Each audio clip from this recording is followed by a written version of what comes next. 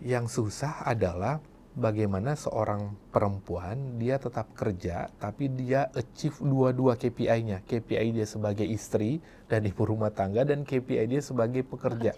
Dan ini nggak terjadi pada pria.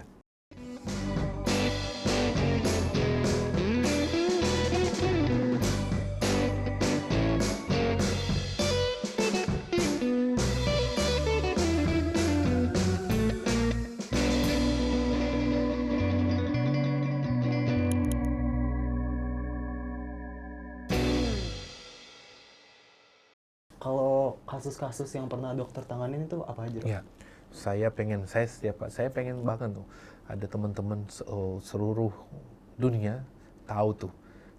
Saya ketemu dengan salah seorang ibu namanya Ibu A pada waktu penelitian pabriknya di KBN di Cilincing, harus meninggalkan bayinya umur 1,5 bulan. Ya. Mali kerja di perusahaan tekstil. Selama kerja, pada waktu saya beberapa kali wawancara, saya cek antropometrinya, nggak mau ngomong, mogok tidak mau berinteraksi sama sekali. Nah, kemudian sempat saya datangkan tuh salah seorang rekan saya, dokter jiwa, psikiatri, terus langsung diidentifikasi ternyata itu ada gangguan namanya postnatal depression yang memanjang, depresi setelah kelahiran. Sama kayak baby blues gak sih, Dok, kalau itu? Sama? Ya? Sama kayak baby blues? Mirip. Baby blues itu gangguan ini aja kan, gangguan mood, tapi memanjangnya itu depresi postnatal, depresi yang memanjang. Kalau udah depresi apa yang terjadi? Satu, dia kehilangan kemampuan untuk taking care of herself. Nomor satu, itu yang paling terjadi dan itu yang saya ketemui langsung ada, dan nggak cuma satu dua, banyak ya. Dia kehilangan kemampuan untuk merawat dirinya sendiri dan dia akan cenderung fokus ke skala prioritasnya. Dan seorang pekerja karena dia kena beban harus juga bantu perekonomian keluarga, sehingga yang ada di sini tuh prioritasnya adalah bagaimana supaya dia produktif, bukan ngurusin anaknya, bukan ngasih makan, ngasih ASI ke bayinya, dan bukan ngurusin lain-lain, bukan taking care of herself. Jadi supaya upah dia hari itu achieve. Jadinya gimana tuh, ya kan? Jadi nggak bagus buat dirinya sendiri. Dan itu berlanjut. Bahkan saya ketemu ada dua teman-teman kami yang akhirnya harus kami rujuk ke beberapa pusat perawatan jiwa. Dan udah sembuh sekarang. Nah, itu yang harus dilakukan. Jangan sampai ke situ. Dicegah dengan dukungan di tempat kerja, dukungan di masyarakat. Gitu. Gangguan jiwa tuh sesuatu yang nggak bisa dilihat. Ya. Betul. Tapi identifikasinya simple banget, ya. Dukungannya gampang banget, mencegahnya pun gampang banget dibanding mencegah stunting. Stunting itu susah banget tuh, anak aduh gerakan tutup mulut, ya kan, itu akan ada gangguan organik yang banyak. Tapi kalau kesehatan mental tuh gampang banget, cuma ajak ngobrol, temenin, gitu. Iya sih. Iya kan? Benar. Tuh. Kalau ini, Dok, pekerja perempuan yang sudah berkeluarga, mengurus keluarga, itu kenapa mereka masih tetap mau melakukan peran ganda? Peran ganda, ini saya suka banget. Peran ganda itu nggak adil banget loh, ya kan? Pertama, peran ganda itu cuma dialamatkan kepada perempuan, pria juga dong harusnya. Betul. Ya kan? Ya. Tapi poinnya bukan di situ, kita jangan diskusi itu dulu. Yang kita diskusikan adalah kenapa sih perempuan itu harus tetap kerja? Ya nggak apa-apa, kerjaan itu hak asasi, ya kan? Yang susah adalah bagaimana seorang perempuan dia tetap kerja tapi dia achieve dua-dua KPI-nya. KPI dia sebagai istri dan ibu rumah tangga dan KPI dia sebagai pekerja. Dan ini nggak terjadi pada pria. Pria itu kepala rumah tangga nggak? Sering disebut kepala rumah tangga. Tapi kenapa mereka tidak harus dikasih KPI, Anda harus menjadi kepala rumah tangga dan baik, tapi juga Anda adalah pekerja yang baik, gitu kan? Nah, itu kontekstual berpikir kita, itu nomor satu udah tidak adil kepada perempuan yang bekerja. Itu dulu, ya. Akhirnya karena sudah tidak adil, dukungan moral juga jadi tidak maksimal. Itu sebabnya mereka menjadi lebih rentan terhadap gangguan kesehatan jiwa. Dan yang kedua adalah karena sudah tidak ada dukungan, peran gandanya ini pun menjadi semakin riskan untuk menimbulkan gangguan kesehatan buat perempuan, ya. Nggak cuma kesehatan jiwa, kesehatan fisik dan lain-lain juga, ya. Kemudian kalau gitu boleh dong ditinggalin, boleh dong perempuan hanya ngurusin anak aja, ngurusin di rumah aja, ngurusin suaminya, ya bisa. Tapi suaminya mau nggak nyiapin ngasih nafkah yang sama seperti ketika dia juga bekerja. Nah, rata-rata suami Indonesia, pekerja perempuan Indonesia pun selain UMP-nya juga masih rendah, ya suami juga masih beli rokok, gitu kan. Nah ini saya sering banget ini being a feminist, being seorang pria yang juga feminist, saya bilang kalau pria, suami belum siap menyiapkan nafkah yang bisa membebaskan istri untuk tidak kerja, jangan nuntut istrinya untuk nggak kerja, ya. Kalau istri mau kerja, suami jangan nuntut, lu gimana sih nggak ngurus anak, ya lu dong ngurus anak, gitu kan ceritanya. Yes. Lu juga urus anak dong, enak aja. Kalau seorang suami belum bisa memberikan nafkah yang equal untuk istrinya, sampai istrinya tidak harus kerja, jangan nuntut, ya, gitu. Nah sekarang belum kan, konstruksi sosial Indonesia tuh masih ngeliatin suami kepala keluarga, jadi nggak punya tanggung jawab kepada ngurusin rumah, istrinya ngurus rumah. Tapi kalau istri ngurus kerja juga harusnya diapresiasi sebagai kemampuan istri untuk juga mengurus rumah, tapi menopang ekonomi keluarga. Lewat Nadir Podcast tuh, yuk kita sama-sama bikin konstruksi sosial Indonesia itu masih nggak adil untuk perempuan yang bekerja. Sekarang kita ganti, harus adil. Ya, bahwa perempuan pekerja itu beban gandanya tuh, bebannya tuh luar biasa. Karena peran ganda, dia punya beban ganda. Yang harus kita lakukan adalah bantu. Jadi kalau perempuan yang bekerja, jangan dikasih pressure juga untuk menjadi seorang ibu yang superhero, yang sukses mengurus rumah tangga, tapi juga sukses sebagai pekerja. Nggak bisa, kasihan. Nanti beban mentalnya di mereka. Dok, mau nanya dok. Kayak, kan ngalamin juga nih ya, maksudnya dalam arti, ya aku kan ngikut podcast gitu. Tapi di rumah kan tuh kayak, pasti gini, orang tua. Anak cewek nggak pernah bantu-bantu nyapu ngepel, contoh ya. Itu tuh aku sempet berantem gitu sama papaku, karena aku marah kayak, emang gue doang, maksudnya emang perempuan doang yang harus bisa nyapu ngepel, emang cowok nggak boleh. Itu tuh aku bingung deh dok, gimana ya dok cara ngejelasinnya ke aku sebagai anak ke orang tua? Nggak usah dijelasin. Gimana ya? Aku pengen ngomong gitu ya. Nggak usah dijelasin. Saya pernah sharing, saya pernah ngobrol sama ada beberapa teman psikolog. Tunjukkan bahwa saya bisa ngepel, ya udah sekali, oke, harus ngepel, ya udah saya ngepel yang benar, gitu kan. Besoknya, lusanya, kalau ada di rumah ada kakak cowok nggak? Enggak, aku cewek nggak sendiri. Ada, cewek sendiri. Cewek bertiga. Cewek bertiga. Ya udah, kan berbagi peran ya. Di saat yang bersamaan tunjukin saya juga punya hal lain yang bisa saya lakukan lebih sama baiknya dengan saya ngepel. Kan ada aktivitas lain. You playing sports, you do everything. Terus tunjukin ke ayah bahwa nih, saya mungkin nggak punya waktu buat ngepel because I'm doing things other than ngepel dan lebih baik dari ngepel gitu. Ada nggak laki-laki yang bisa gini? Simple. Dan mama aku tuh kerja juga. Jadi aku sempat kesentil pas dokter ngomong tentang yang peran ganda ini. Karena kebetulan ngalamin gitu seberapa stres mama. Kok gue malah mau nangis? Sedih. Stres pasti, ya kan? Jadi marah-marah di rumah. Nggak ada cara lain selain didukung kan? Ibunya kerja hebat, ya kan? Bangga nggak sama ibunya? Bisa kerja, bisa peran ganda. Itu kan, apa yang harus dilakukan? Jangan ditangisin, didukung. What you need to do after this, you text your mom and say I love you. I love you how you fight. I love how you live your life, taking care of family, but also doing very good at your job. Cuma itu yang bisa dilakukan. Ya, janji nggak? Habis ini telepon, bilang, gue nggak akan sehebat mama gitu. Bisa jadi. Ya, tapi ada banyak orang lain loh. Sekarang kebayang nggak?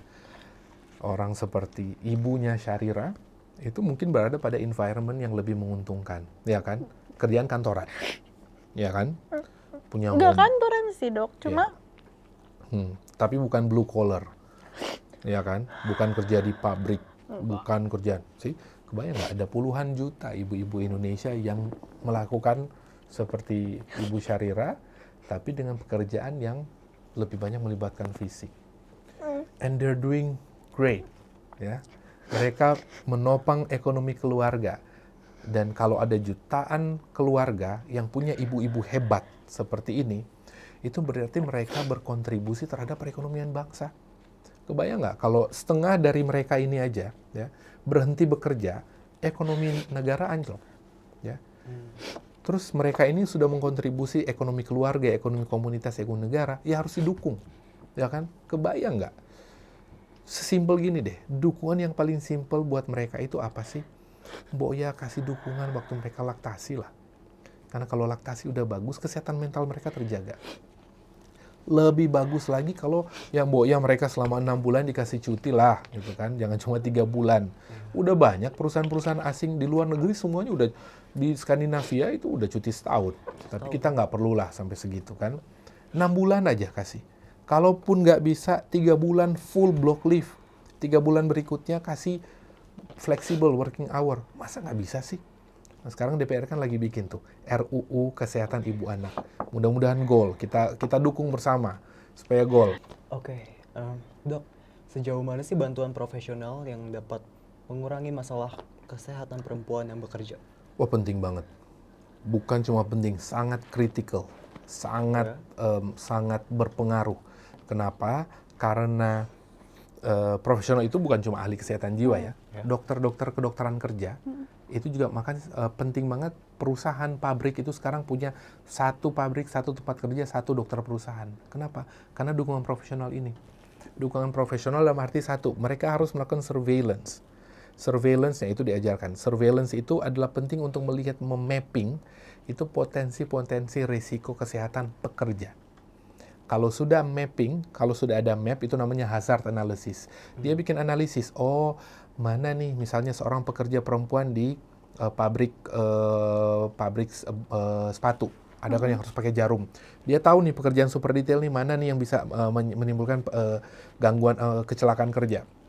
Dieliminasi potensi-potensi gangguan itu.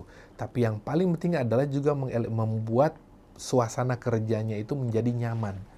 Karena kalau suasana kerja sudah nyaman, hormon yang keluar karena suasana nyaman, itu hormon happiness, positif, hormon kebahagiaan. Kalau kita bahagia, feeling kita positif, lebih produktif nggak?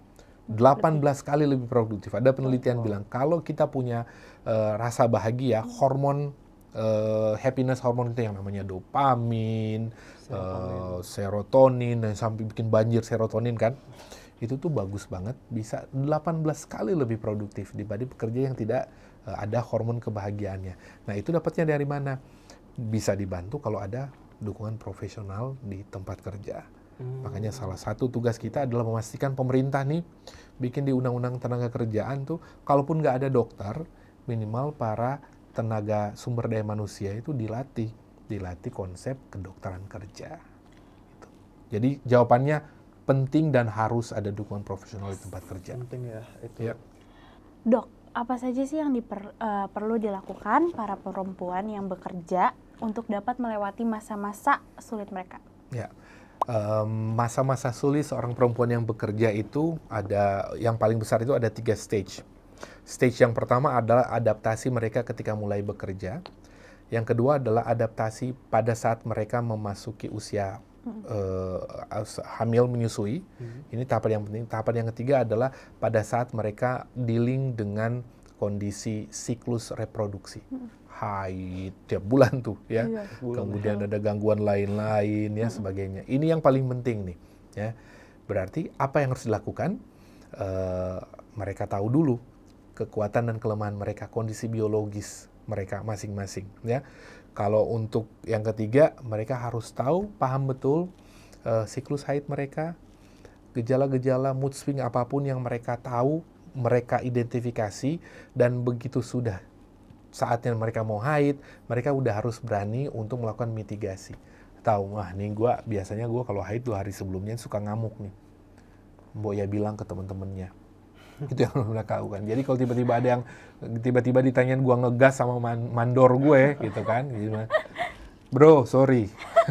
2 hari sebelum haid ya. Jadi gue bukan jutek, tapi hormon talk. Gitu. Hormon. Dan itu lingkungan sekitarnya harus belajar mendukung. Menyusui dan apalagi hamil. Nah, terutama yang hamil. Hamil ini penting karena apa? Karena asupan gizi juga luar biasa penting selama hamil ya. Kalau dia cuma bisa kan ada di beberapa tempat yang dia nggak boleh sambil minum, sambil makan, ya nggak boleh. Harus diatur, didesain supaya lingkungan kerjanya tetap bisa memastikan asupan nutrisi ibu hamil dan ibu menyusui. Karena terutama yang menyusui, habis mompa ASI, habis menyusui, coba kalau ketemu, coba tanya mama. Lapar dan haus. Lapar dan haus, udah kayak digebukin katanya. Ya, kita nggak bisa ngerasain, cuma perempuan. Coba tanya mama. Nah, kebayang nggak kalau mereka itu hanya bisa istirahat makan, istirahat minum sejam. Dalam 8 jam? Ya nggak bisa. Emang mereka robot? Betul. Mereka juga manusia gitu loh. Jadi harus dibantu didesain. Dan sayangnya dari hasil penelitian saya, lingkungan kerja, terutama pabrik di Indonesia, belum ramah kesehatan pekerja perempuan, terutama perempuan yang laktasi, periode hamil dan menyusui. Nah, sama-sama kita perjuangan nih supaya lewat Nadir Podcast bisa mengadvokasi pemerintah dan masyarakat dan pemilik tempat kerja. Ingat, dan ini yang penting sekali teman-teman, harus dijelaskan bahwa dukungan yang kayak gini-gini nih, dukungan kesehatan mental tempat kerja, dukungan menyusui, dukungan laktasi, itu bukan cost, itu bukan pembiayaan, itu adalah investasi. Kalau investasi balik modal nggak? Balik. Ada penelitiannya. Ternyata pekerja-pekerja perempuan yang bekerja di tempat kerja atau perusahaan atau pabrik yang memberikan dukungan ini, mereka 1,5 kali lebih produktif. Mereka lebih rajin masuk, mereka lebih tidak absen dibanding yang tidak menerapkan itu. Jadi investasinya balik modal. Nah, itu yang harus dijelaskan kepada pemilik tempat kerja. Oke. Kalau ini agak loncat ya sih, aku pengen nanya sebenarnya tentang apakah perceraian cenderung menjadi pilihan untuk mengurangi beban mental? Perceraian ada beberapa secara fenomena, malah saya mau bilang gini, malah ada yang sampai bunuh diri, ya kan? Masih untung dicerai, cerai untuk coping the stress, ya kan? Dia bisa memulai hidup yang baru. Tapi banyak yang bunuh diri. Jadi poinnya adalah perceraian bukan jalan keluar yang baik untuk mengatasi masalah kesehatan jiwa, terutama di rumah tangga bagi perempuan. Tapi freedom of choice itu harus didukung. Ya, jangan cerai sebenarnya. Kenapa? Karena kalau cerai dan punya anak, yang jadi korban siapa? Anak. Tapi ya jangan bunuh diri juga, ya kan? Kalau cerai bisa membuat dia menjadi pilihan yang membuat dia menjadi lebih baik, kita harus menghormati itu. Tapi kita tidak mengendorse untuk cerai. Ya, jangan, karena nanti ada banyak ya. Makanya jangan sampai, agar supaya nanti diskusi seperti ini tidak terjadi. Cerai nggak sih? Daripada dia bunuh diri, yang dilakukan apa? Dicegah sebelumnya. Persiapkan mental sebelum nikah. Jangan nikah usia dini. Jangan sibuk-sibuk ngurusin resepsi, cari gedung, cari seragam. Pertanyaannya dulu. Makanya saya senang, itu salah satunya adalah saya Muslim ya, tapi saya senang banget Katolik tuh ya.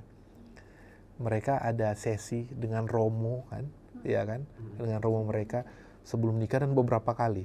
Dan pertanyaannya itu pertanyaan sangat filosofis. Are you ready? Do you think this is going to be the best option, the best decisions of your life? Nah, gitu-gitu loh. Ya. Terus, nah makanya sekarang BKKBN tuh bikin tuh ada persiapan, ada semacam kelas atau persiapan, ada modul untuk persiapan catin, calon pengantin.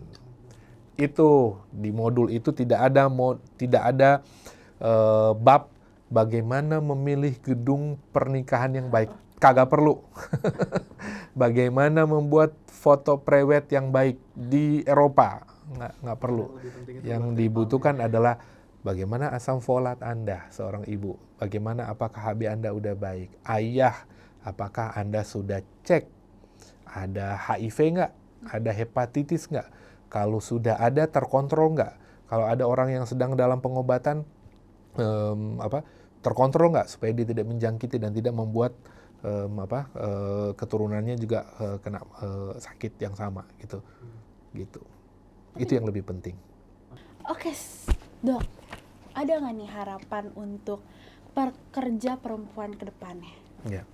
Harapan saya cuma dua yang paling besar. Harapan dari aspek regulasi yang normatif, sama yang kedua harapan yang agak sedikit super ideal. Yang pertama kalau normatif adalah saya berharap pekerja perempuan di Indonesia dapat mempraktekkan hak-hak utama mereka, terutama hak laktasi, hak menyusui, dan hak cuti melahirkan. Kalau pekerja perempuan di luar negeri bisa cuti 6 bulan, kenapa kita enggak? Ya. Kalau orang di luar negeri bisa menyusui tanpa diganggu,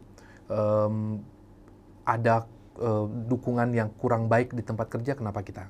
Jadi nomor satu adalah saya ingin pekerja perempuan di Indonesia memiliki hak utama, terutama hak reproduksi yang dilindungi.